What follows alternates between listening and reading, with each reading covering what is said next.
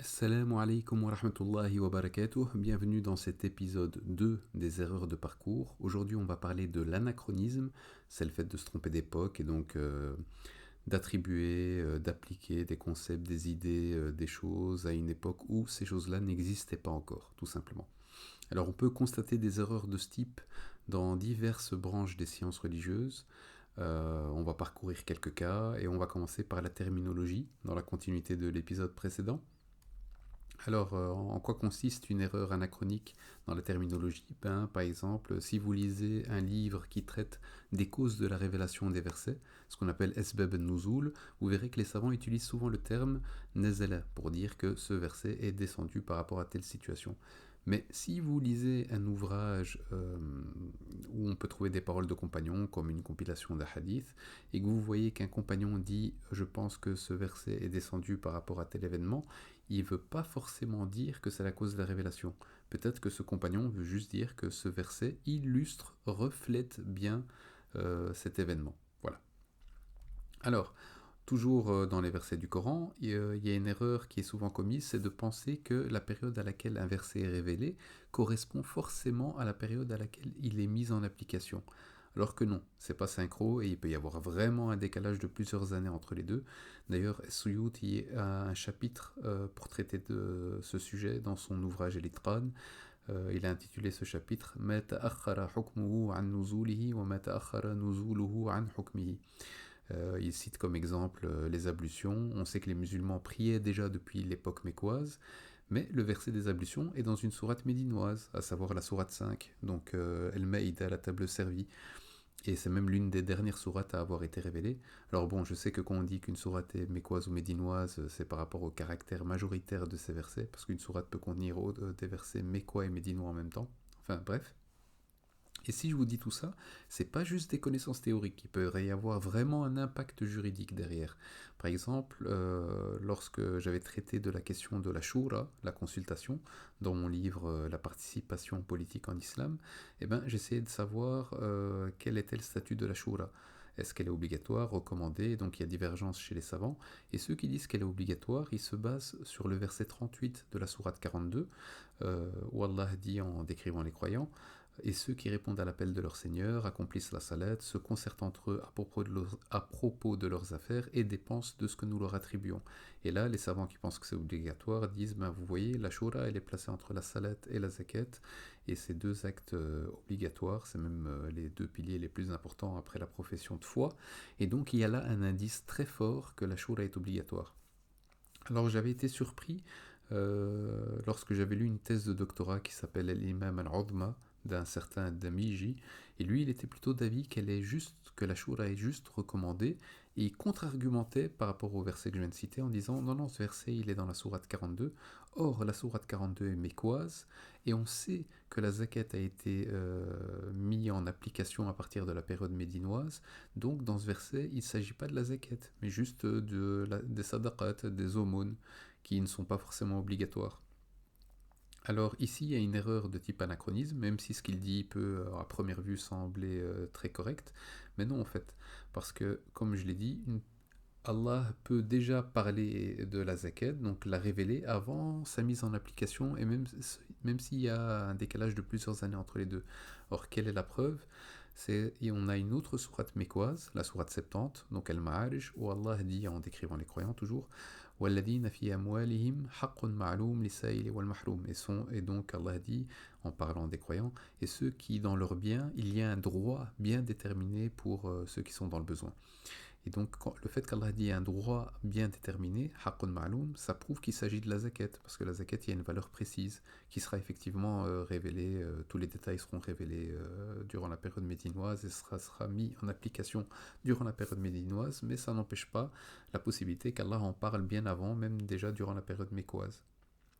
Alors on pourrait se dire, tiens, ok, ça peut être la zakat, ça peut être la, les aumônes, donc les sadaqat. Qu'est-ce qui fait pencher la balance? Pour moi, ce qui fait pencher la balance, c'est que quand on est familier avec le style coranique, on voit que la salat et la zakat vont souvent de pair dans les versets. Allah répète à plusieurs reprises, et ceux qui accomplissent sa prière et s'acquittent de la zakat. Donc comme ça va souvent ensemble, ici moi je pencherais plutôt pour l'avis qu'il s'agit bien de la zakat. Enfin voilà, désolé pour cette longue digression, mais c'était vraiment pour vous montrer que que cette question-là et que ces erreurs-là anachroniques peuvent avoir un impact sur la détermination d'un statut juridique d'un acte, à savoir ici par exemple la consultation. On continue toujours dans la jurisprudence.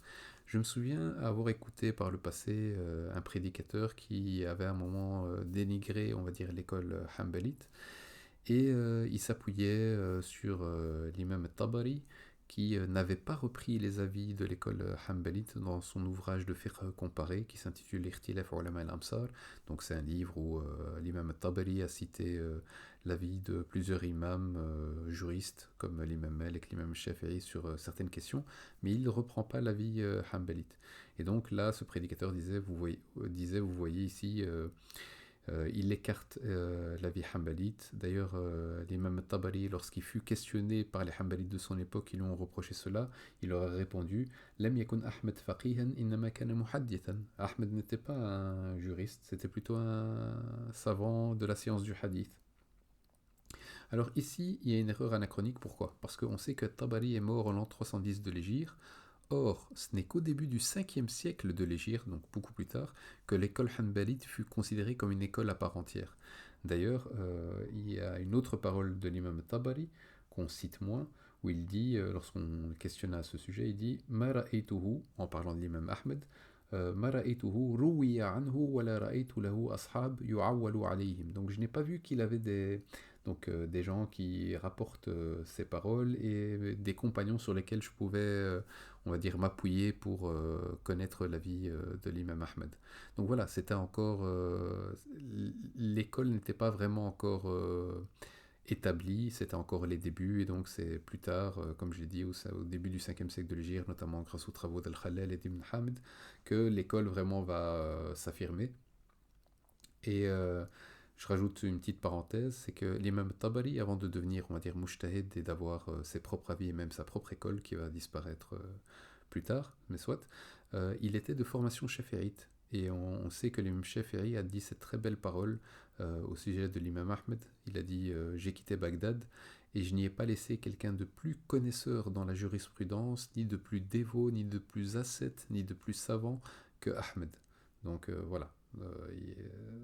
Là, ça prouve, à mon sens, que l'imam Tabari avait une grande estime pour l'imam Ahmed, si ce n'est que voilà, à cette époque-là où il écrivait son livre, c'était encore les débuts, et donc c'est pour ça qu'il n'a pas repris l'avis Hanbalite.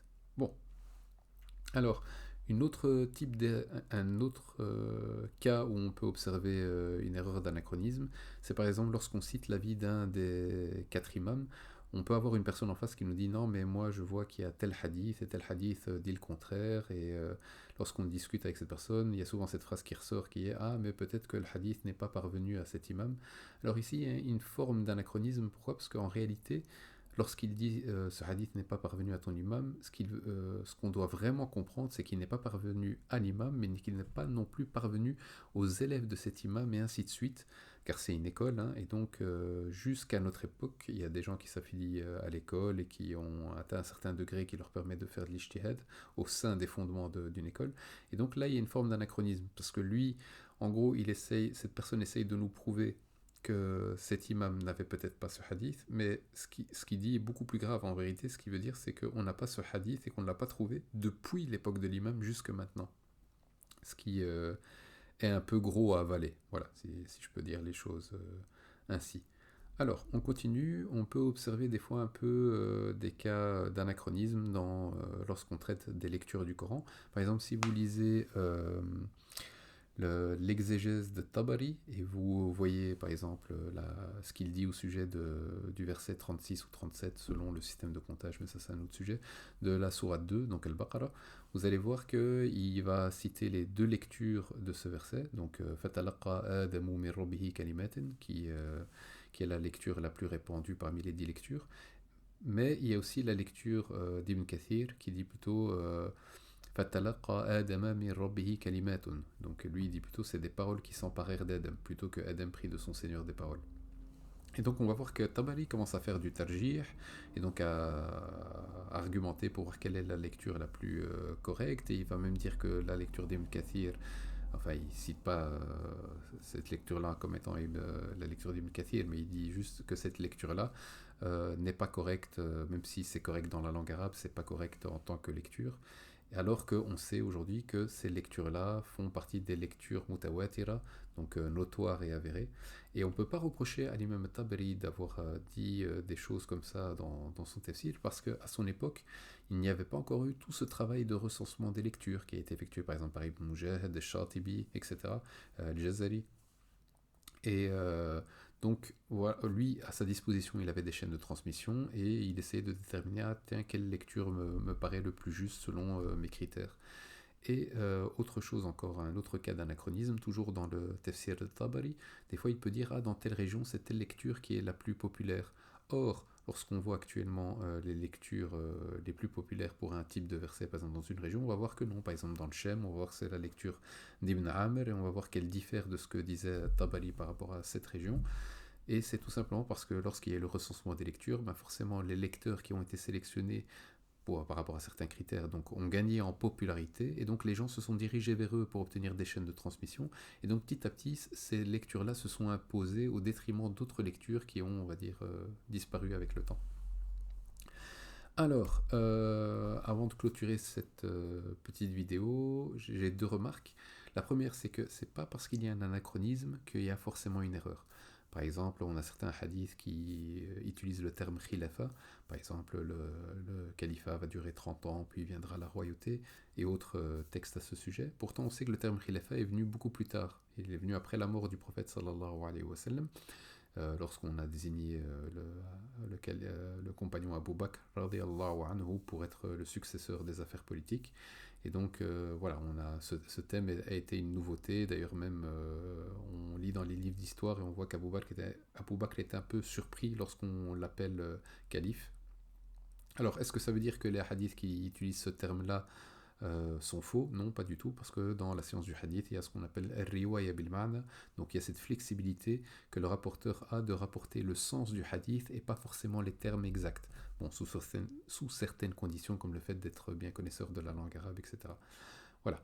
Et une deuxième chose, c'est que des fois, j'ai pu observer des gens qui se moquaient, par exemple, d'anciens savants, en disant, ah, vous voyez, par exemple, tel savant, dans son livre, il cite tel hadith en disant que ce hadith est dans Bukhari, alors qu'il n'y est pas, qu'il est plutôt dans une autre compilation. Voilà, des erreurs de ce genre de référence.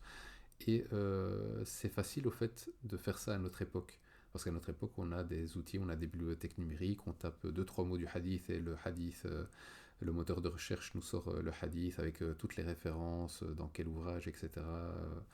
Mais eux, à leur époque, ils n'avaient pas tout ça. Et donc, des fois, même, ils n'avaient pas la compilation entre leurs mains. Ils l'avaient étudié ou écouté il y a des années chez un cheikh, ou ils devaient aller voyager pour aller, s'ils voulaient consulter. Donc, ils faisaient ça de leur mémoire. Donc, c'est facile à notre époque de se moquer d'eux en disant, ah tiens, il a fait telle erreur, telle erreur. Et en réalité, pour avoir un peu lu des différents courants religieux, on peut observer cette erreur quasi chez tous les courants. Donc ça sert à rien de se moquer d'un savant de tel courant en disant qu'il avait fait cette erreur. Voilà. Il faut faire preuve de bienveillance. On va terminer par cette belle parole. Barakallahu fikum pour votre écoute et à la prochaine.